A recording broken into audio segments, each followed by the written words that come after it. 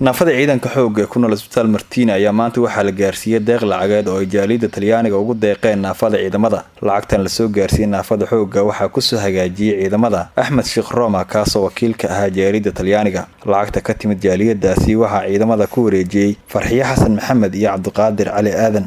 Yagana waxay ka timid wadanka Talyaaniga Soomaaliya degan. Waxayna u soo wakiisheen u soo dhiibeen naafada Martiina. waxayna u soo wakiisheen oo ugu soo dhiibeen Axmed Sheekh Ibrahim oo loo yaqaano Naais Axmed Romo. dhanka kale naafada xoogga ayaa ka mahad celiyay lacagaha ay uga timid jaaliyada Talyaaniga. annagu waa naafadii 77 Martiina ku nool Martiina deegaanka Martiina ah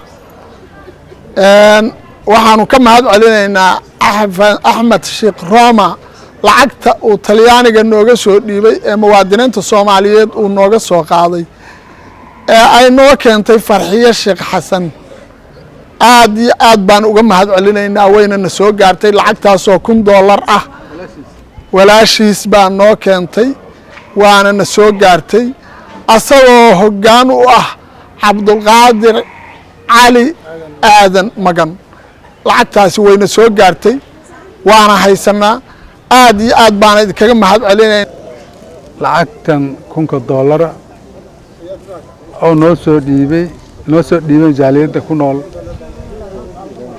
dalka magaalada Roma waan ka mahad celinaynaa booskii ka soo baxdana booskii Ilaahay bedel khayr qabo oo barakeeyo. sanad kasta marka la gaaro bisha Ramadaan waxay naafada helaan lacag uga yimaada jaalidaha kala duwan ee ku nool qaaradaha Ameerika iyo Yurub. Maxamed Ciise Koonaa, Goobjoog, Muqdisho.